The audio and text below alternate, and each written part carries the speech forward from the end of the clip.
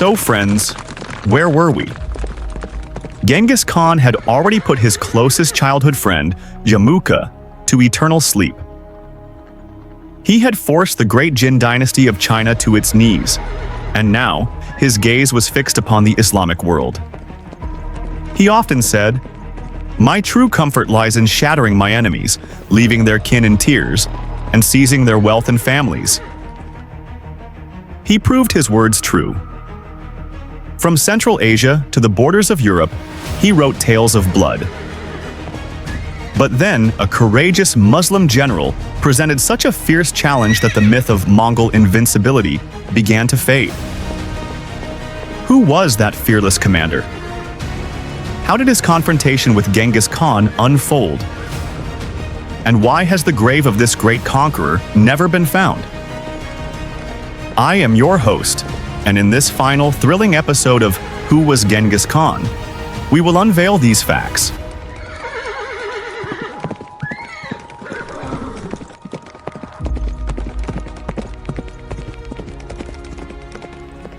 While Genghis Khan was raining fire on the lands of China, a new power was rising to his west.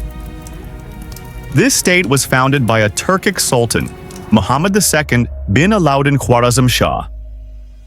He had established the largest Islamic empire of his time, Khwarazm, which stretched from Kazakhstan to Iran and the borders of modern-day Pakistan. He preferred to be called the Second Alexander, and his eyes were set on conquering China and Baghdad. However, he made a political blunder that brought him face to face with the wrath of Genghis Khan. Genghis Khan was now the master of a vast territory. China's wealth and silk were under his influence. With the help of the experts, artists, and traders he had gathered, he wanted to strengthen his empire's economy. To achieve this, he sought to establish trade links with the Western world. He sent a message to Sultan Muhammad II. "My intention is not to seize your lands. Rather, I seek mutual trade."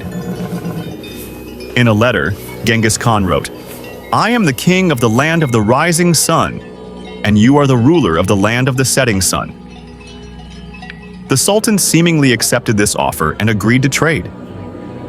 Genghis Khan immediately sent a large trade delegation, consisting of 450 Muslim merchants and 100 Mongol guards.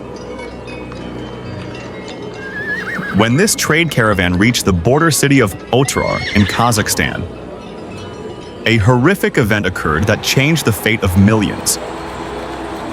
The city's governor, Inalchuk, accused the Mongols of espionage and brutally slaughtered the entire caravan. Only one person managed to escape this massacre and reach Mongolia to tell the tale of this atrocity. Genghis Khan was furious, but he remained patient and sent a 3-member delegation led by a Muslim to the Sultan. The demand was that the governor of Otrar be handed over to the Mongols for justice. However, the Sultan disregarded diplomatic protocols, martyred Genghis Khan's Muslim envoy, and sent the other 2 Mongols back in humiliation after shaving their beards.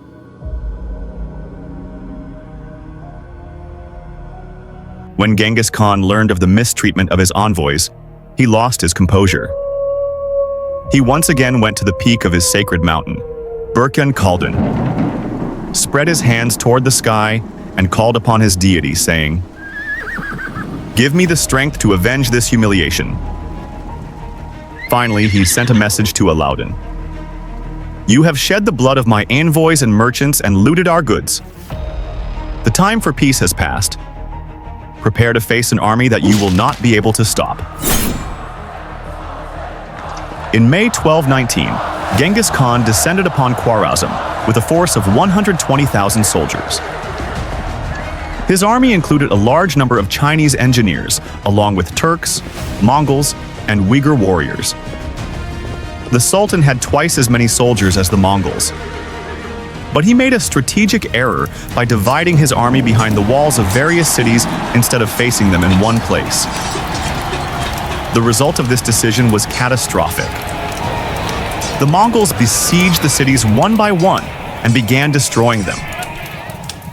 Otrar fell after 5 months of fighting, and the entire population, including Governor Genghis Khan, was put to death. Following this, the great Islamic centers of Bukhara and Samarkand met the same fate.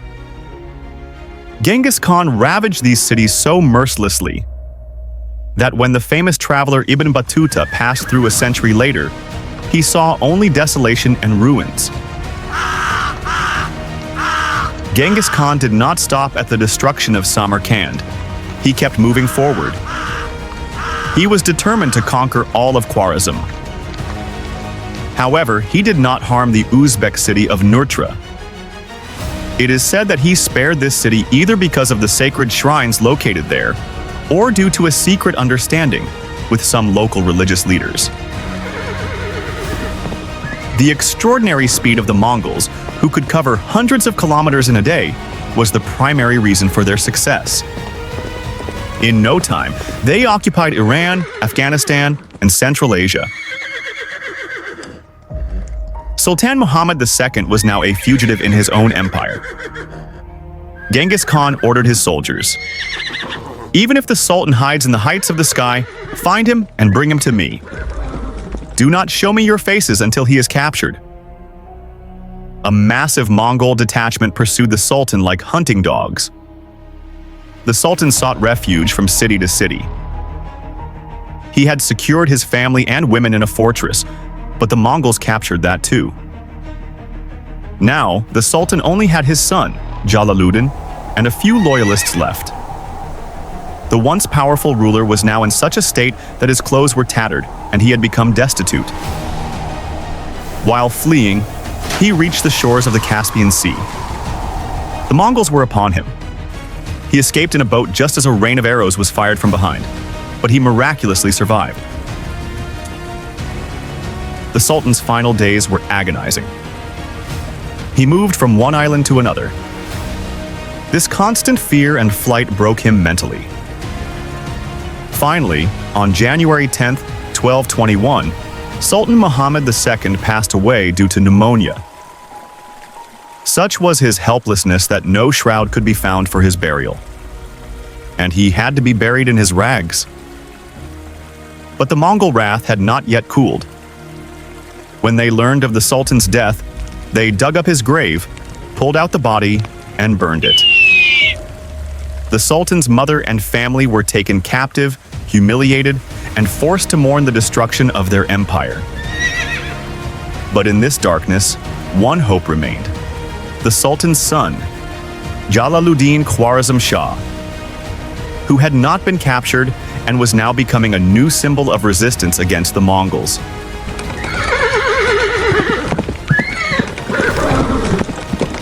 Jalaluddin headed toward Afghanistan, where a force of his supporters was gathering in Ghazni. Ghazni was still safe from the Mongols. Jalaluddin defeated several small Mongol detachments while passing through various regions and reached Ghazni in 1221, where 50,000 soldiers swore an oath to stand by him. A brave general named Timur Malik also joined him in this mission, having previously fought the Mongols valiantly. Their combined strength breathed a new soul into the Muslims. A force of 80,000 was now ready in Ghazni. During this time, Genghis Khan's son-in-law, Kuchu, was killed in the Iranian city of Nishapur. To avenge this, Genghis Khan's son, Tolui Khan, headed toward Nishapur and caused such destruction that even animals were killed alongside humans. While this grief was still fresh, Genghis Khan's favorite grandson, Mutukan, was also killed outside the Bamiyan fortress in Afghanistan.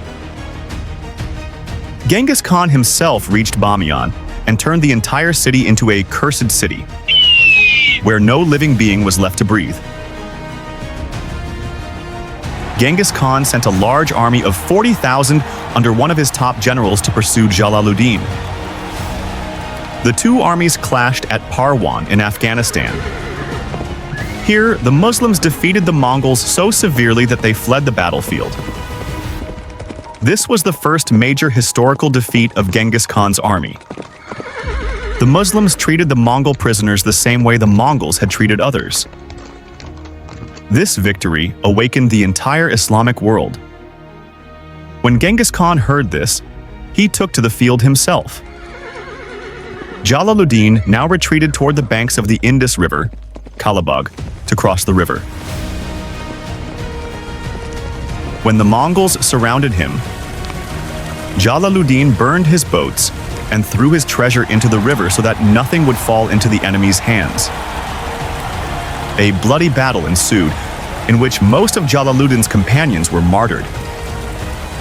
When he saw that no way out remained, he jumped into the roaring waters of the Indus River with his horse from a height of 60 feet. Genghis Khan stood on the bank, watching this astonishing sight. His soldiers were about to fire arrows when Genghis Khan stopped them and, praising Jalaluddin's bravery, said, "It is a matter of pride to be the father of such a brave son. Let him go." Jalaluddin crossed the river and reached Delhi, but Sultan Iltutmish refused to grant him asylum out of fear of the Mongols. Jalaluddin fought against the Mongols for years and was eventually killed by a Kurd in 1231. Genghis Khan could not bear the sweltering heat of India and returned to Central Asia. He was now over 60 years old. He consulted Chinese healers to avoid death, but he realized that death is inevitable. In 1225, he returned to his homeland, Mongolia. He divided the empire among his sons, but serious differences arose between his favorite son, Jochi Khan, and Chagatai. It is said that Genghis Khan had his own son, Jochi, killed by poisoning. In 1226, while suppressing a rebellion, he was either injured or fell ill. And finally, in August 1227, he passed away at the age of 65. His death was kept secret, and the place where he spent his childhood was chosen for his burial. The measures taken to hide Genghis Khan's grave left history stunned. Hundreds of people who participated in the funeral were killed, and then 800 horses were run over the site to level the ground. Those horsemen were also later killed. According to some legends, the course of a river was diverted to run over the grave. This is why, despite centuries of searching, no sign of Genghis Khan's grave has been found. Today in Mongolia, he is held in the status of a deity and a founder. His descendants spread so far that, according to a study, 1 in every 200 men in the world is related to Genghis Khan's family. He established the world's largest contiguous empire, but its price was paid with the lives of 40 million people. Friends, this series on Genghis Khan ends here. In your opinion, was Genghis Khan a great conqueror or merely a ruthless killer? Share your thoughts in the comments. Do not forget to subscribe to the channel for more such historical videos.